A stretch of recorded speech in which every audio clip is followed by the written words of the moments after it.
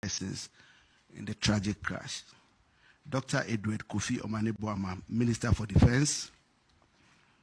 Alhaji Dr. Ibrahim Murtala Mohammed, MP, Minister for Environment, Science and Technology.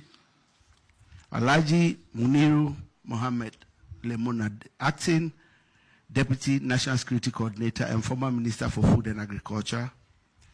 Dr. Samuel Sapon, Vice Chairman of the National Democratic Congress. And Mr. Samuel Abuaji, a former parliamentary candidate. Squadron Leader Peter Bafemi Anala, Flying Officer Manin Chum Ampedu, and Sergeant Ernest Ado Mensah. The President and government extends our condolences and sympathies to the families of our comrades and the servicemen who died in service to the country. All flags are to fly at half-mast until further notice. Thank you.